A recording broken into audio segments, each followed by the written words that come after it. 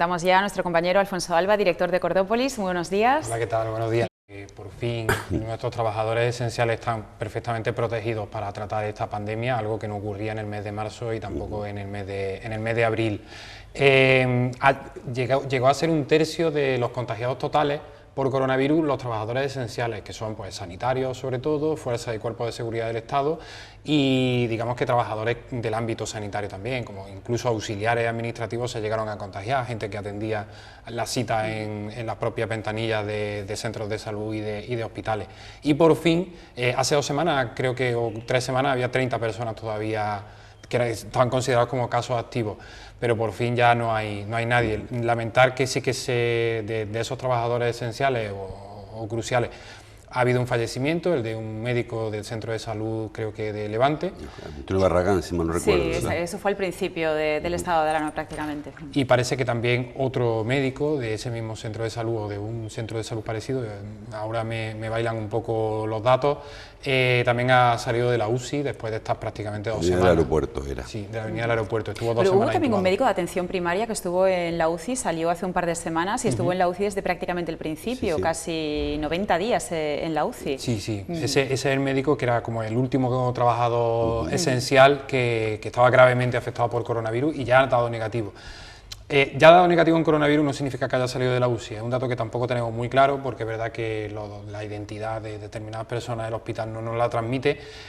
Yo creo que o ha abandonado la UCI o está a punto de abandonarla, pero por lo menos ya ha dado negativo. Hubo un día, recuerdo, que se nos informó de una salida de la UCI, había una UCI menos y un fallecimiento.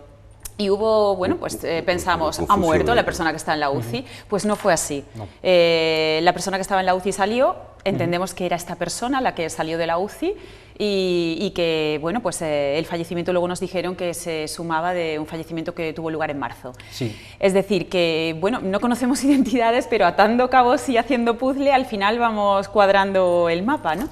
Sí, es que hay una complejidad de datos increíble en lo que nos ofrece la Junta.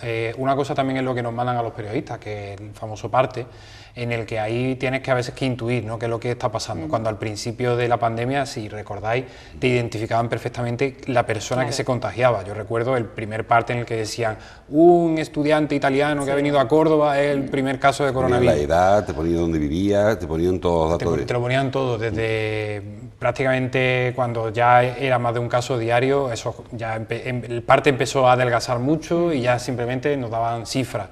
Y ahora hay que hurgar mucho en páginas de la propia consejería para poder saber exactamente o intuir exactamente qué es lo que ha pasado.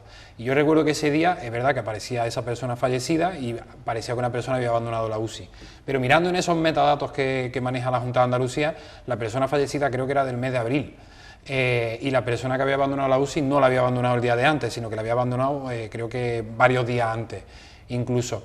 Por tanto, a veces interpretar los datos del parte, yo sé que nuestros lectores, además en los comentarios del periódico se ve claramente, son muy exigentes, creen que nosotros estamos intentando ocultar información cuando lo que estamos haciendo es todo lo contrario, es un esfuerzo sobrehumano para interpretar unos datos que nos cuesta, que a veces nos cuesta. Y yo entiendo también que incluso a la Junta de Andalucía también les cueste a veces porque no está claro que una persona haya muerto de coronavirus cuando muere. Tiene que haber una investigación posterior y a lo mejor se determina que ha muerto de coronavirus un mes después, cuando se han hecho varios análisis, se ha trazado, se han cotejado datos y restos que se guardaban de esa persona, etcétera, etcétera. Y al contrario también, porque cuando se restan fallecimientos, que hablamos en tono de broma de, bueno, son resurrecciones, no, es muchas veces porque se demuestra que realmente esa persona no murió de coronavirus. Porque falleció, ¿no?, un enfermo de coronavirus, pero luego al hacer la prueba resulta que falleció de otra cosa, aunque tuviese la Sí, enfermedad. o que nunca estuvo contagiado de coronavirus, porque es que tenía también síntomas compatibles, pero no era la enfermedad. ha habido, el principio de la pandemia ha sido muy caótico y creo que no estamos descubriendo nada si lo afirmamos en todas las administraciones y a todos los niveles de la administración. Esto ha desbordado y ha sobrepasado a todos los profesionales. Y es verdad que no había pruebas suficientes para determinar fallecimientos. Yo conozco un caso de una mujer mayor que murió en su casa, que rápidamente hubo que enterrarla porque en ese momento los entierros tenían que ser muy rápidos, prácticamente en soledad, creo que fueron sus 3 hijos y no pudo ir una 4ª persona.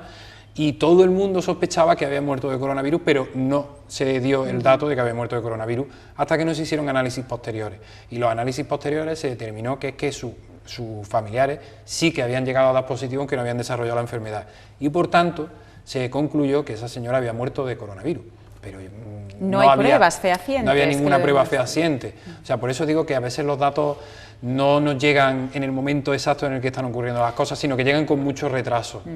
Sí te quería preguntar, porque esta semana ha sido la portada de todos los medios de comunicación, ese brote con el que nos despertamos, creo que la mañana del lunes o del martes, de esos 4 contagios positivos de 4 personas que habían ido a Madrid. Ahora resulta de que nos quitan un PCR positivo, el PCR da o positivo o negativo.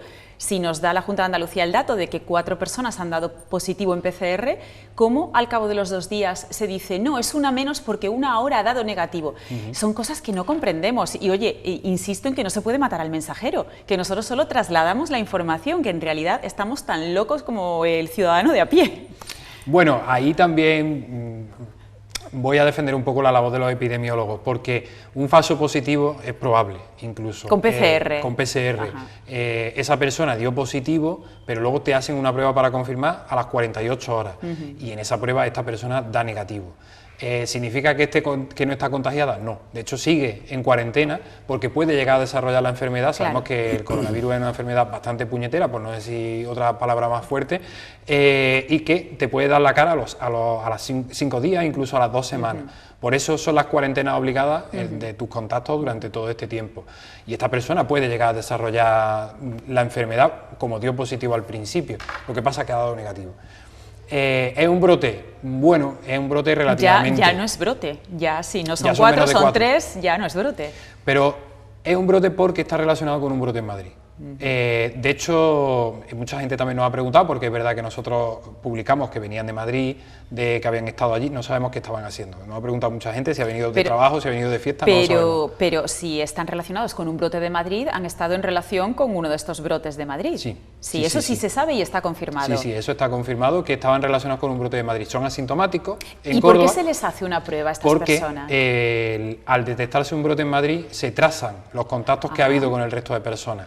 Y la persona que ha estado en contacto con estos cordobeses dice, estos chicos vinieron a verme, o estas chicas, no sabemos tampoco el género. No sabemos quiénes son, ni la edad, ni nada. No se sabe nada. Vinieron a verme, por favor háganles las pruebas. Le han hecho las pruebas y 4 dieron positivo, lo que pasa es que uno ha sido un falso positivo. Por eso se considera brote. Se le ha aislado rápidamente, se ha trazado todos los contactos que tuvieron antes de que se le hicieran las pruebas y todo el mundo está aislado. No sabemos tampoco la cantidad de personas que hay aisladas, pero no son muchas, no son creo que más no de 4 o 5. No han tenido mucho contacto. No han tenido mucho contacto. ¿Cuánto tiempo ha pasado desde que volvieron a Madrid hasta que se supo que eran positivos? Creo que horas. ¿Horas? Sí, no han sido que ni en este caso el coronavirus no ha tenido que esperar 1 o 2 semanas para hacerse notar, ha sido casi que inmediato. Sí, y ha sido por un aviso en Madrid, no ha sido por un aviso aquí en Córdoba, que es como la gran duda que tiene mucha gente. En plan, bueno, mejor para nosotros en ese caso, ¿no? Sí, bastante mejor para nosotros. Yo, como digo tantas veces, y aparte es algo que está ocurriendo en Sevilla y está ocurriendo también en Jaén, estamos guardando una cuarentena como la que guardamos todos los años, que es que con este calor insoportable no salimos a la calle y apenas mantenemos contactos con gente que no es nuestro familiar y son contactos más cercanos, ¿no? Y eso, entre comillas, nos está protegiendo bastante. Imagínate que, pues no sé, estas personas se hubieran ido a un concierto en el que no se guardan las distancias de seguridad, o hubieran acudido a un sitio donde, en fin, hubiera habido una gran posibilidad de transmisión comunitaria, o trabajasen en una gran empresa en la que no se cumplen determinadas medidas. Entonces estaríamos hablando de algo más serio. Yo, de todas formas, no quiero trasladar un mensaje de tranquilidad, no me relajaría mucho, por supuesto, pero no creo que estemos en la misma situación en la que estábamos en primavera, ni mucho menos. La mascarilla ya es obligatoria, yo creo que ya muchos empezamos a entender que hay que guardar la distancia de seguridad, y donde nos relajamos, que nos están diciendo las autoridades sanitarias, que es donde no deberíamos hacerlo, es en las grandes reuniones familiares, que se está convirtiendo en el principal foco de transmisión comunitaria del coronavirus en toda España. Y es ahí donde tenemos que pensar mucho en nuestros padres que sean mayores, nuestros abuelos que sean mayores, e incluso nosotros mismos que podemos desarrollar la enfermedad o que podemos tener problemas respiratorios.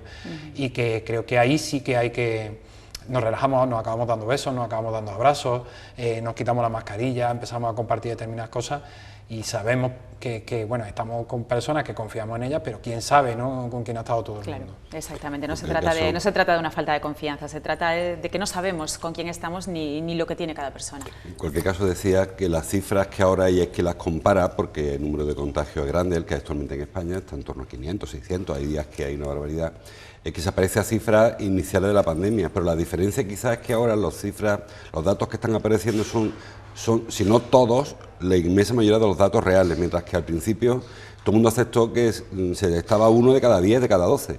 Ahora realmente si hay 500 porque hay 550, mientras que al principio la proporción era enorme, con lo cual el temor era que realmente hubiese mucho más contagio del que se registraba. Para que nos hagamos una idea, el estudio serológico que hizo el Instituto Carlos III con el INE, que lo encargó el gobierno, de hecho está considerado uno de los mejores estudios científicos que se ha hecho sobre el impacto real de la pandemia en un país concreto, ¿no?, en todo el mundo.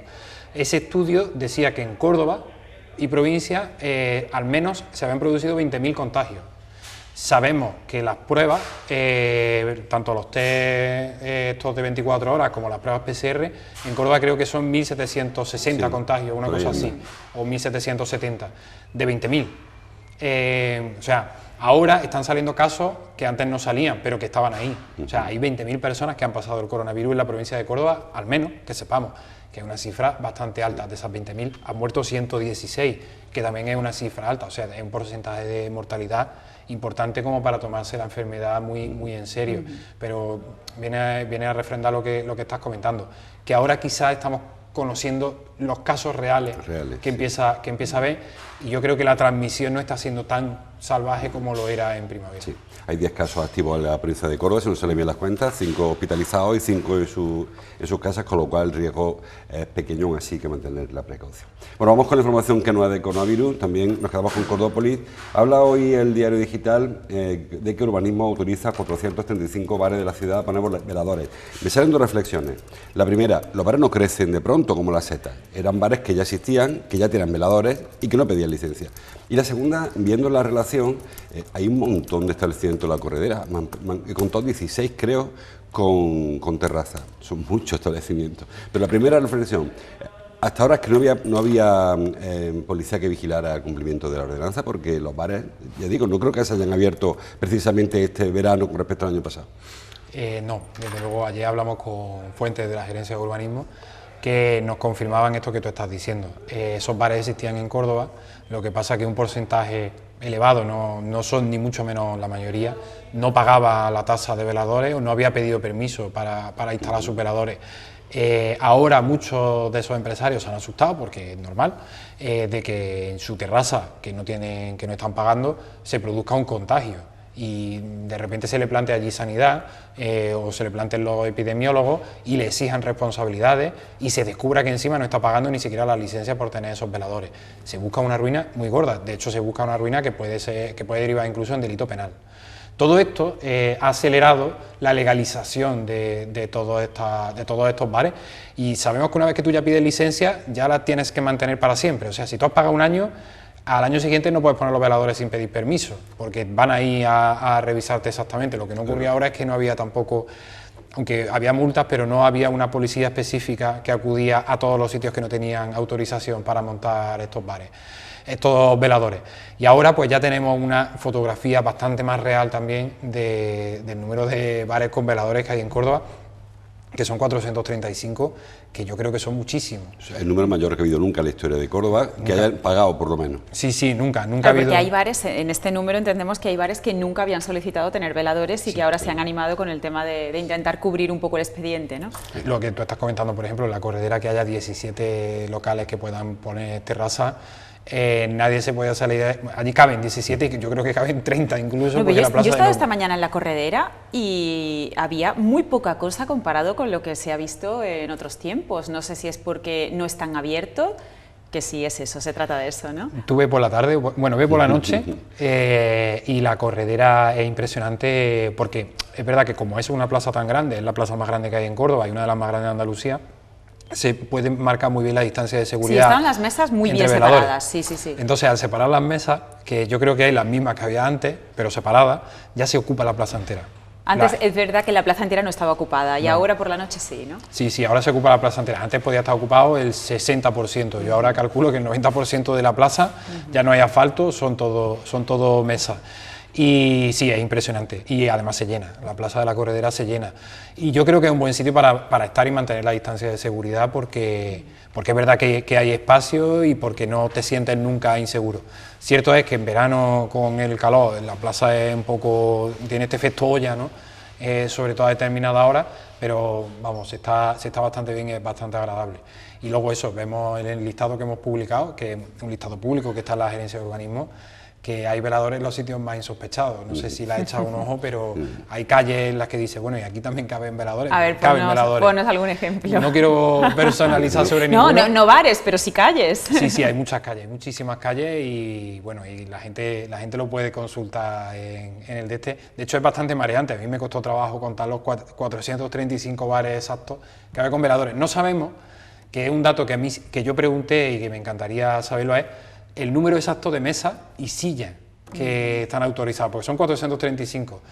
De media creo que son unas 10 mesas las que se piden por bar. O sea, nos saldrían 4.350 mesas, que habría que multiplicarlo por 4. Por 4 sillas. O sea, que podríamos estar dando servicios todos los días para sentar a 20.000 cordobeses. Bueno, de una vez, que luego habitualmente se dobla la mesa, con lo cual hay mucha más gente que acude. Bueno, ahora no puedes doblar la mesa. Si doblas la mesa es que coges la de al lado y te la traes. No, doblar que da 2 servicios a la misma mesa. Bueno, no, eso sí, claro. Y 3, claro, sí, o sea que multiplica la cifra de los comensales y hay muchísima gente que acude. Pero si es que somos de salir a la calle y en esta época, cuando en casa por la noche pues no corre fresquito, donde mejor se está es en la calle y no me extraña. Claro, que salgan 60.000 cordobeses a tomarse una cerveza con una tapa a la calle. Y yo digo que hay que desconfiar mucho del español que no tiene un bar de referencia en su vida. Y yo tengo una amiga del País Vasco que siempre nos dice que si hay algo que de verdad une a los españoles son los bares. Estés donde estés en España, estés en Cataluña, estés en Euskadi, estés en cualquier sitio. Si hay algo que une de verdad a los españoles son los bares, es lo que más en común tenemos después de la lengua. En cualquier caso, con el tema de los veladores, que me parece una información muy interesante, yo no sé hasta qué punto el Ayuntamiento tiene capacidad para intervenir y para ordenar la instalación de este tipo de establecimientos. Es libre quien quiere abrir un bar donde sea, pero sí que es verdad que hay zonas de Córdoba donde está una saturación importante. Hablamos de la Corredera, hablamos del Vial en ocasiones, María la Judía o la zona de Fuerteventura, Movida Barcelona, y zonas donde no hay. Yo no sé si habría capacidad por parte del Ayuntamiento, o sea, a base de promocionar actividades o algo para repartir un poco y descongestionar zonas. No sé si se lo han propuesto alguna vez, pero lo cierto es que ves, como decimos, hay zonas donde cuesta trabajo caminar porque no cabes. En Barcelona, por ejemplo, es un ejemplo también. Bueno, Gran Capitán, la parte del Corte Inglés hasta Avenida América es que no se puede pasar con un carrito de un niño, vamos, ni que decir tiene una silla de ruedas. Sí, y yo creo que a lo mejor habría que trabajar de alguna manera, no sé si promocionando el comercio, promocionando actividades musicales, de ocio, en paralelo, para repartir un poquito el público, porque el público al que es. Sí, en el mandato anterior se intentó en la famosa mesa de veladores, que se sentaban los hosteleros y se sentaban los vecinos. Y se llegaron a plantear poner cupos. Todo eso se respetó durante este mandato, pero es verdad que cuando estalló la crisis del coronavirus, el propio presidente de la Gerencia de Urbanismo dijo que para ayudar a la hostelería iba a haber manga ancha. De hecho, hay un decreto de la Junta de Andalucía que permite abrir los bares y los veladores hasta las 3 de la mañana, que en Córdoba se ha reducido el horario hasta las 2 de la mañana. ¿Se ha reducido? No, se ha quedado como estaba. Bueno, no se ha ampliado con ese decreto de la Junta. Pero es que claro, a las 3 de la mañana, que sí, que es verano y es verdad que, en fin, que todos queremos estar en la calle, pero a las 3 de la mañana molesta bastante a los vecinos que residen. Los bares son muy laxos en ese tema, muy laxos. Y lo que yo no sé es si la policía está siendo laxa también, ¿no? Sí, ¿no? Pero mira, hay 435 bares autorizados. En Córdoba no hay 435 policías para vigilar esos bares. Y menos en los turnos. Es imposible. Y cada turno de policía en Córdoba ahora mismo creo que son 60, que para seguridad ciudadana creo que se quedan 30. ¿Cuántas patrullas de policía hay que puedan vigilar los bares en una noche? Imposible, es totalmente imposible. Y la unidad de disciplina urbanística de la gerencia está totalmente infradotada también. O sea, es muy complicado vigilar todo esto. Vuelvo un poco al principio. Muchos hosteleros que no lo hacían antes lo han hecho ahora por el miedo a las consecuencias penales que puede tener que haya un contagio en su bar. O sea, que es que si hay una persona que dice, no, yo es que me estuve tomando una Coca-Cola con mi amigo en esta cafetería y resulta que esa cafetería no tiene autorización para el velador, se le están exigiendo no solamente las medidas de seguridad, de desinfección al empresario, sino, oye, mira, que es que no tenías que tener terraza. Yo creo que de esos 435 no hay ni uno solo más que esté poniendo una terraza de manera fraudulenta, porque con la vigilancia policial que ha habido y con las multas que se pusieron al principio en la fase de desescalada, cuando se permitieron las terrazas de los bares, creo que miedo sí que se ha metido, sobre todo por el tema de la economía, cuando nos tocan el bolsillo, y creo que no falla, 435 ni uno más, sin permiso. Hombre, y las sanciones durante el estado de alarma eran de más de 6.000 euros. Claro. O sea, son unas sanciones bastante importantes. Que después de la que ha caído, pues a un hostelero creo que muy bien no le viene soltar para la multa. Alguno quedará por ahí. En cualquier caso, volviendo al tema de la policía que decía Alfonso, hoy los periódicos hablan de que la policía local le ha dado 48 horas de margen antes de poner sanciones. Es que aún no se sabe exactamente cómo se van a tramitar, porque las competencias para sancionar el no uso de la mascarilla obligatoria son de la Junta de Andalucía, son de la Consejería de Salud, que es quien nos lo ha decretado, y la policía puede denunciar, no puede sancionar. O sea, puede abrir un expediente y sancionar a otro, supongo. Es que no sé cómo se resuelto al final de este asunto. Sí, sancionaría en este caso la Policía Autonómica. Es verdad que cada ayuntamiento puede aprobar su propio decreto para que se eleve al Congreso de los Diputados, que no va a ocurrir, ¿no? Pero que cada ayuntamiento podría aprobar su propio decreto para habilitar este tipo de sanciones. En el caso en el que no se haga, porque yo creo que no da tiempo, no tengo noticias de que el alcalde de Córdoba haya firmado ningún decreto, se tramita la sanción a la Policía Autonómica, que es la competente en este tipo de infracciones sanitarias, en infracciones de juego y, por ejemplo, en expolio arqueológico y demás. Son las que tienen de verdad las competencias de seguridad, pero que por ahí sí está regulado. Que la gente no tenga duda de que si mañana que es cuando ya no te van a avisar, sino que te van a denunciar, vas por la calle sin mascarilla o no la llevas bien puesta, si te denuncian la vas a acabar pagando. Probablemente recurrirá, la pagará dentro de 3 meses, 1 año, cuando sea, pero que se acabarán pagando esas sanciones, que nadie tenga ninguna duda. De todas formas, había ahí un problema con el soporte legal que ya detectamos en la primera fase del confinamiento, que no estaba tan claro que una persona fuera por la calle caminando o con un perro y se le exigiera que estaba muy lejos de su casa o muy cerca. Hubo un lío ahí que me consta que ha habido denuncias que no han prosperado directamente. No sé si han llegado a tramitarse o que directamente ha dicho al funcionario, mira, esto no va a ir a ningún lado, así que la dejamos en ese apercibimiento. Supongo que aquí pasará, no digo igual, porque es verdad que aquí hay una norma muy concreta y una sanción concreta, pero ha habido una carencia de soporte legal en general, porque no estamos acostumbrados, no hay una normativa para en caso de pandemia, entonces se ha ido un poco improvisando. Bueno, es verdad que la ley sanitaria, la española del año 87 creo, es clara en este sentido, le confiere a la autonomía bastantes poderes. Por ejemplo, el verano pasado estábamos hablando de la carne mechada de Sevilla, es verdad. de Magrudi. Las sanciones y las competencias para sancionar y las competencias para intervenir y para cerrar el comercio y todo, y para retirar el género de los bares era de la Junta de Andalucía, y así lo hizo. Se soportó todo en la normativa legal de la ley sanitaria. Y ahora mismo yo entiendo, no soy jurista, pero entiendo que una persona que va sin mascarilla por la calle está considerada como un riesgo que puede propagar una pandemia como la que acabamos de pasar, y por tanto hay soporte legal para transmitir esa sanción. Obviamente sabemos que España es un país de leguleyos, ¿no? Y luego acabarán muchas cosas en los juzgados y habrá jueces un poco que se la cogerán con papel de fumar y verán que bueno, que tampoco había tanto riesgo, bueno, que tampoco esa persona lo sabía tan bien, bueno, que no sé cuánto, pero que del 95% de las sanciones que se pongan, yo creo que el 95% se va a pagar. No me cabe ninguna duda. Lo mejor es ponerse la mascarilla, evitamos denuncias, evitamos sanciones. Hablando de juzgados, también traigo de Cordópolis, que la Audiencia Provincial de Córdoba es la que menos congestionada está de las andaluzas. Algo que nos sorprende, o que significa que las otras están muy mal, porque la sensación que tenemos es que la justicia en Córdoba va despacito. Sin embargo, no sé si es que somos el tuerto en el país de los ciegos o que la situación no es la que preveíamos. Bueno, es que digamos que en la justicia también hay como dos niveles, y una parte que está muy bien y otra parte que ya está bastante peor. La audiencia provincial va por un sitio y luego los juzgados de instrucción y los juzgados de lo penal, de lo social y de lo contencioso administrativo van por otro. Esos juzgados están bastante peor de cómo está la audiencia provincial. La audiencia está repartida en sesiones, cada sesión tiene 3 jueces y todos los juicios que llegan a la audiencia nacional, a la audiencia provincial, perdón, se tramitan bastante rápido. Lo que viene a decir la memoria del Tribunal Superior de Justicia de Andalucía es que se resuelven en menos de un año. Que, hombre, estar un año esperando juicio de la audiencia provincial también es bastante tiempo. Pero hemos visto determinados juicios que sí que han sido bastante ágiles en la audiencia provincial. No el caso de los joyeros, por ejemplo, que podemos olvidarnos de que haya sido un caso ágil, pero porque ha ido por un juzgado de lo penal, no ha ido por la audiencia provincial de Córdoba. Y es verdad que Córdoba tampoco es que sea una provincia donde hay muchísimos delitos y muchísimos problemas con la justicia. Es una provincia bastante tranquila en ese sentido, que yo creo que la audiencia está bastante bien dotada, no tan bien están dotados los juzgados de instrucción y de lo penal.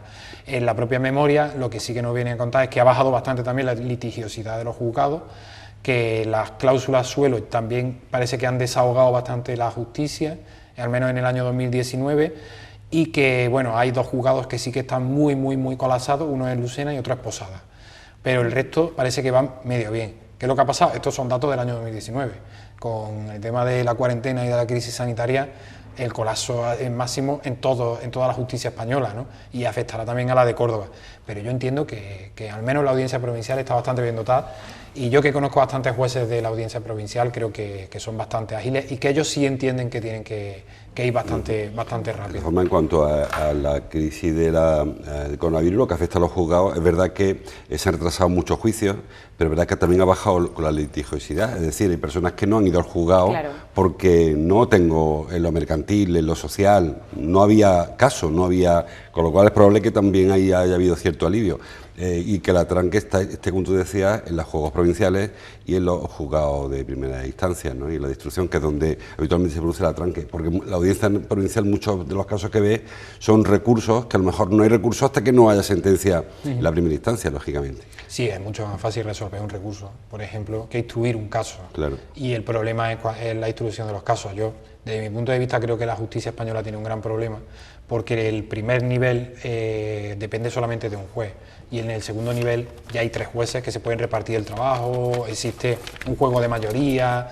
Digamos que yo casi siempre que veo una sentencia de la audiencia provincial la considero más justa y más ajustada a derecho que la que viene de un solo juez, porque depende de una sola persona, que no quiere decir que los jueces estén prevaricando ni tomando decisiones que son injustas, pero que es verdad que a veces van con una saturación de trabajo que no acaban llegando, y es más fácil resolver entre 3 que resolver entre 1. Y el nivel de recursos que hay en primera instancia o la audiencia provincial se reduce a la mitad, no sé, no tengo la estadística, pero es probable que los juicios de primera instancia se recurran casi todos, mientras que según va aumentando, vimos ya el caso de La Manada, con 3 recursos anunciados en un juzgado de primera instancia, y el de la audiencia provincial ya es más complicado recurrirlo. Es más caro, hay que decir que es bastante más caro ese recurso, pero aparte tienen menos posibilidad de resolverse, porque ya, como tú dices, está mucho más argumentado. Sí.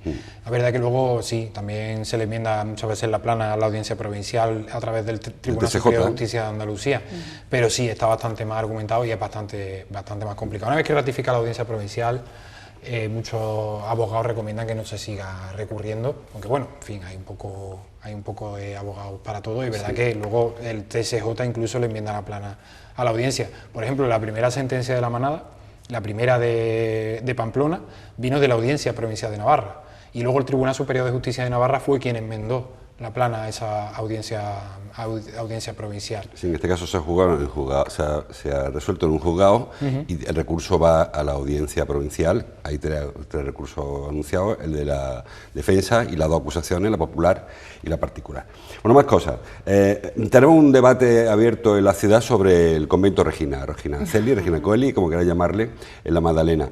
La presidenta del alcalde de turismo, creo que en un exceso de sinceridad, reconoció que no está en sus planes, y ahora está todo el mundo intentando un poco salvar la situación, porque parece un despropósito dejar fuera una inversión que, como dicen hoy los periódicos, hay 900.000 euros garantizados, 500.000 o 400 y pico mil de la Junta, otro tanto del Ministerio de Fomento, y el dinero del Ayuntamiento, que hablábamos el otro día, que tiene incluso la segunda partida, la segunda de la plurianual liberada ya, y dejar esa infraestructura tan importante para la ciudad en una zona que reclamábamos siempre que sirva para descentralizar el tema del turismo.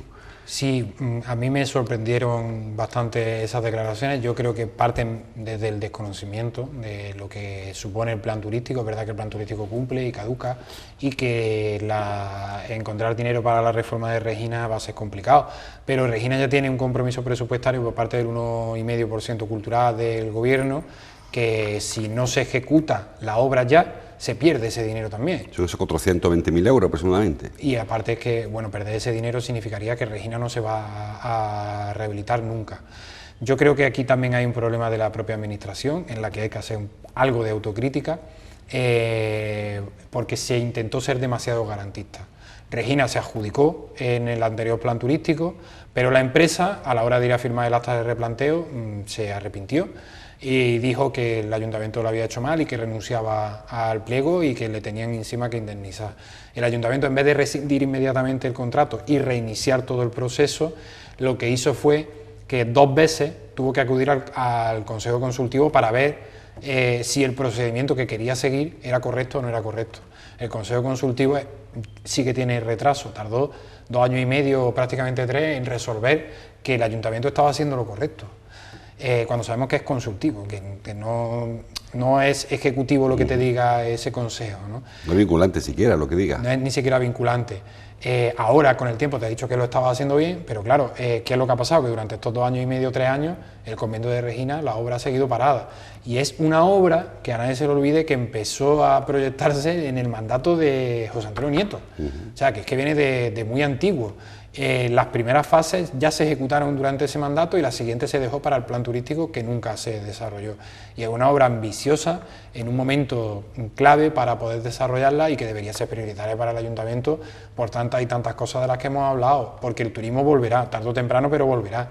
Y tenemos que desubicarlo de determinados sitios, tenemos que sacarlo de la judería y llevarlo a una zona que es maravillosa y que, bueno, si no es prioritario rehabilitar nuestro patrimonio, yo ya no sé qué va a ser prioritario en esta ciudad. El alcalde sí que ha dicho que sí, que entra dentro de los objetivos de su gobierno. Pero no de plan turístico, que el problema es un tema de financiación, porque, claro, yo puedo decir, lo vamos a rehabilitar, pero dime cómo. Si ya tenemos aquí 900.000 euros que están ya comprometidos y ahora se desprecian o se renuncia a ellos, ¿de dónde sacas tú ahora casi el 1.000.000 de euros que cuesta rehabilitarse y de renunciar lo que te da la Junta y a lo que te da el Ministerio de Fomento? O sea, que esté en su objetivo, claro, supongo que estará. Nadie va a decir ¿Cuánto plazo tenemos? ¿Sabemos cuánto plazo? El plan turístico caduca ya. No, el plan turístico ya sé que ha caducado ya, pero ¿qué plazo tenemos para decidir si sí o si no? Bueno, yo creo que es una decisión municipal. Se renegociará probablemente. Sí, el ayuntamiento está buscando dinero para iniciar la obra y el ayuntamiento tiene, ahora con el tema del remanente de tesorería, yo creo que podría hacer una modificación presupuestaria, pero creo que el 1,5% se pierde si no se empieza la obra este año, ¿no? Creo que ejercicio 2020, sí. Bueno, pues tengamos esperanza en que este equipamiento cultural pueda ser recuperado para la ciudad. Y algo que no oímos, o no lo oyó al menos, fue cuando dijo Isabel Alba que no era prioritario, no sé qué era prioritario, que creo que ahí nos faltó que nos contara, vale, esto se queda en el puesto número 24, pero ¿cuáles son los 23 primeros? Porque a lo mejor tenía razón. Pero que nos diga cuáles son los primeros, porque yo no lo... Tampoco sabemos relativo a qué, si es relativo a tema cultural, tema patrimonial, o está hablando de equipamiento a nivel general. Bueno, turístico, tiene que ser turístico. Tiene que ser turístico. Claro, el plan turístico de grandes ciudades. Supongo que algún día nos dirá cuál es la prioridad, cuál es la prelación que tiene y por qué se queda tan abajo el convento de Regina. Sí, yo de todas formas me encantaría poder repreguntarle a Isabel Alba. El jueves que viene Isabel Albás. Pues ahí tenéis tomate. Porque el día que dio esa rueda de prensa, dio una rueda de prensa al sol, creo que era a las 2:30 de la mañana. En el Templo Romano En el Templo Romano. Y era muy complicado, estábamos en la calle, había tráfico, teníamos todos mucha calor y no sé yo si acabó entendiendo bien la pregunta o acabó expresando bien la respuesta. Entiendo que se trata de un error porque una teniente de alcalde no puede decir eso. No debería haberlo dicho. Bueno, pues matizará entonces y nos explicará exactamente qué es lo que quería haber dicho. Ha tenido tiempo para rectificar en cualquier caso. Hay una información que no es solo local, que es de ámbito autonómico, que también comentamos ya ayer, que es la crisis de gobierno en la Junta de Andalucía, o la remodelación del gobierno. No le gusta al presidente hablar de crisis, aunque como decíamos ayer, una crisis es cualquier cambio gubernamental, técnicamente es una crisis, aunque suene a negativo, ¿no? Yo no sé, porque vienen, ya llevamos una semana oyendo ruidito de fondo, oyendo la cascada antes de llegar al agujero, y no sé si se debe a que las encuestas están repartiendo distinto el poder andaluz y parece que está un poco descompensado. Y yo lo traigo aquí porque no sé hasta qué punto en Córdoba está pasando igual, en el Ayuntamiento de Córdoba. Hablamos de la primera teniente de alcalde de Ciudadanos, con unas competencias importantes, critica mucho a la oposición a esta parte del gobierno municipal, la de Ciudadanos, y ahora parece que se están releyendo todo, hace una relectura de lo que se hizo hace un tiempo, si se hizo bien y si hay que cambiar lo que se hizo. Eso está bien, ¿no? Vamos, digo yo, hacer esa relectura e intentar cambiar antes de que suceda una hecatombe, creo que está bien, ¿no? Sí. Bueno, ayer dijo el vicepresidente de la Junta, Juan Marín, que iba a remodelar, bueno, que se iba o a ampliar o a reducir el número de altos cargos sin complejo. Pongo el sin complejo entre comillas, porque fueron sus palabras textuales. Ya sabemos qué significa eso. Va a haber más altos cargos de los que había hasta ahora. Por lo que sabemos, no se van a tocar los consejeros, no se van a tocar los altos cargos de la consejería políticos, pero sí que se van a crear nuevos organismos intermedios. Y en esos nuevos organismos intermedios hay mucha gente a la que colocar y hay muchos puestos de trabajo a los que aspirar. Yo creo que la crisis de gobierno viene porque hay determinada gente que quiere entrar en el gobierno de la Junta de Andalucía y sobre todo ocupar esos cargos intermedios que habría que evaluar desde mi punto de vista si son necesarios o no. Tanto que se está criticando, por ejemplo, al gobierno que tiene 17 ministerios, que desde mi punto de vista es totalmente desmesurado. Saber si hacen falta 17 ministros en España o con 12 o 14 ministros ya nos conformamos. Pues ocurre un poco lo mismo con los cargos intermedios que hay en la Junta de Andalucía. A ver si son necesarios tantos cargos intermedios o no. Yo creo que lo que es necesario en la Junta de Andalucía es una enorme convocatoria de empleo público y que luego ya, pues quizá esa convocatoria de empleo público se traduzca en la creación de determinados altos cargos, porque al final lo que puede ocurrir que se cree una dirección general con 3 funcionarios a tu cargo para toda Andalucía, como vemos que puede llegar a ocurrir. Hay más jefe que indio, sí. O sea, y creo que eso descompensaría bastante. Yo esta semana pienso que lo que se ha estado es preparando el terreno, ¿no? Una vez que han pasado las elecciones en el País Vasco y en Galicia, y parece que no va a haber un nuevo ciclo electoral hasta que no se convoquen en Cataluña, se está preparando ese terreno para ampliar, digamos, esa base de altos cargos, que rompería mucho con el discurso de Ciudadanos de que lo que vienen es a regenerar la política y a eliminar bastante paja, ¿no? Sabemos que en el ayuntamiento no ha ocurrido. Este ayuntamiento este equipo de gobierno tiene más altos cargos que el equipo de gobierno anterior, y bastantes más altos cargos que el equipo de gobierno anterior, que era el de José Antonio Nieto, que fue el que, digamos, recortó muchísimos altos cargos de los que había. Creo que habla la oposición de $500.000 euros más, lo que nos cuesta a todos los cordobeses, todos esos altos cargos. Habrá que ver esos cambios en la Junta de Andalucía en qué se traducen. Porque en principio, aunque, como tú dices, no hay un trasfondo político evidente, pero sí que puede haber consecuencias a partir, como yo decía, de los resultados que van viéndose venir. Es decir, expectativas de personas que ven que se está frustrando un poco sus perspectivas políticas y que están buscando acomodo. Y por eso decía que no solamente va a ocurrir, estamos oyendo, por ejemplo, que los delegados territoriales tienen muchas competencias. Algunos tienen, lo comentábamos, lo probamos ayer, 4 y 5, o no te cabe el rótulo que llevan a tarjeta de visita. Igual están buscando ese tipo de acomodos. Bueno, yo recuerdo que yo creo que en la época de Chávez, había un delegado provincial por cada consejería. O sea, en total creo que la Junta llegó a tener en Córdoba como 14 delegados provinciales, una cosa de esa. 14 más el de la mujer, el de la juventud y algunos más, ¿sí? Salían. Y ahora mismo multiplica por 8 eso. Ahora mismo creo que son 6 o 7, ¿no? Los que hay, y es verdad que hay muchos que comparten competencias. Por ejemplo, de Ciudadanos hay 2 delegados provinciales que tienen todas las competencias de las 4 consejerías de Ciudadanos, y creo que con el PP ocurre una cosa similar. Sí, pueden acabar entrando nuevos delegados provinciales, que no deja de ser, todos son políticos, ¿no? Y no deja de ser darle un acomodo a algunos compañeros de partido. Como lo que se criticaban tanto antes del PSOE, ¿no? Esta gran agencia de colocación de compañeros de partido, es lo que puede acabar ocurriendo en pleno verano. En un verano también extraño en el que, bueno, siempre se piensa que los ciudadanos estamos bajando la guardia, pero como es un verano atípico, parece que estamos más pendientes de esta crisis de gobierno que en otros julios. Bueno, Más cositas. Publica también Cordópolis la licitación de la zona azul. Más allá de las empresas que participan en este concurso, la novedad es la zona verde. La zona verde que algún vecino los tiene un poco escamaete, porque dice esto es anticipo de que luego vendrá algún tipo, porque la zona verde es gratuita inicialmente, o sea, en principio es gratuito, no hay ningún tipo de planteamiento, pero bueno, siempre mosquea un poquito que te vayan marcando zonas. Hay zona azul comercial, zona azul administrativa y zona verde para Alcázar Viejo fundamentalmente y Plaza de Toros, ¿no? Sí, para los vecinos debería ser una buena noticia si eso se regula bien, porque significa que vas a tener tu plaza de aparcamiento o que vas a poder aparcar todos los días cerca de tu casa si no tienes cochera. Para el Alcázar Viejo ya sabemos que es vital. Todas esas plazas de zona verde que ya funcionan, se regulan de otra manera muy extraña, pero que ya funciona esa zona verde. Y evidentemente tiene que ser gratuita. Pero bueno, está por ver un poco a ver cómo la empresa que finalmente gane el concurso, cómo acaba regulándolo. Y en fin, un poco cómo puede ser el precio de todo este proceso y demás. Pero sí, creo que eran unas 120 y algo plazas en el aparcamiento de la Plaza de Toros, las que se reservaban para zona verde, que sabemos que ahí también hay zona azul, porque ya se eliminan de allí los famosos gorrillas. Lo que pasa que los fines de semana no, allí los fines de semana pues sigue pudiendo aparcamiento libre y demás, pero sí es interesante ver un poco la reacción de los ciudadanos con esa zona verde. En principio se mantiene la zona, no hay ampliación de zona, siempre está la amenaza de incluir nuevas zonas en la zona azul, se reduce la zona comercial del centro y la zona de ministerios.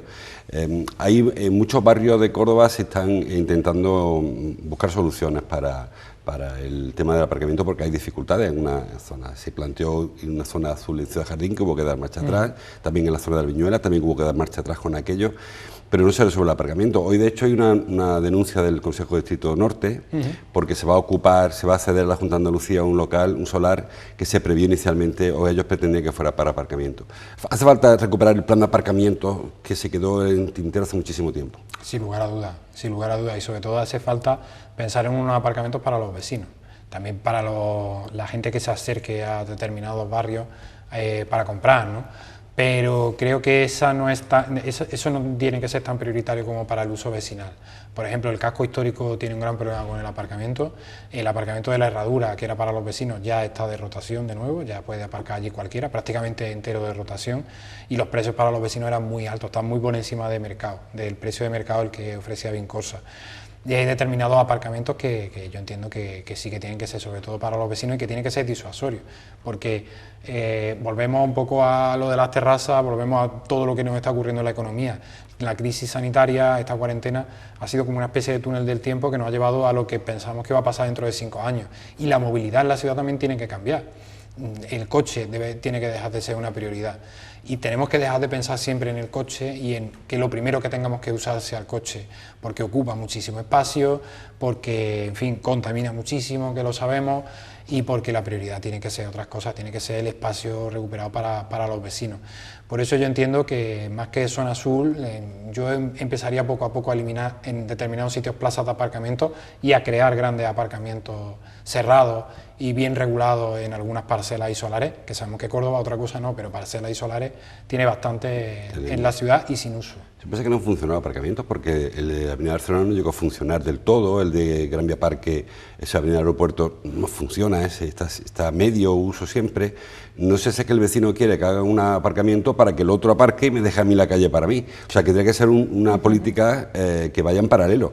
O sea, yo te construyo un aparcamiento, pero tengo que prohibir aparcar en la calle, que si no, no lo usaré. El problema también es que todos queremos aparcar en la puerta de nuestra casa. Claro, y que el otro, el que me estorba, que se vaya él, que sea el que aparque. Y tenemos que asumir que si tienes un coche, eso conlleva gastos de aparcamiento. Ya sea porque tengas una cochera propia o ya sea porque dejar el coche en la calle te cueste también dinero. Hay que disuadir, del uso del coche. No todo el mundo es verdad que puede tener dinero para pagar el mantenimiento de un coche y encima para pagar por aparcar a diario, ¿no? Pero tenemos que entender que el coche, entre comillas, es un lujo, no es un bien de primera necesidad como se entendía hace 10 años, y que hay que fomentar el transporte público, y que si nos ponemos a echar cuentas es más barato usar el transporte público que tener un coche. Claro que sí. Eso lo sabe todo el mundo. De hecho, solamente hay que echar cuentas y te sale más barato incluso. Hay determinadas familias en Córdoba, ¿no?, que tienen un coche que usan una vez al mes, un par de veces al mes o 3 veces al mes como mucho. Si echan cuenta de lo que le cuesta el seguro, de lo que le ha costado el coche, de lo que le cuesta aparcar, de lo que le cuesta el combustible, le sale más barato. Del coche. De las revisiones, de la ITV, le sale más barato y en taxi. O sea, es una cuestión de economía pura y dura.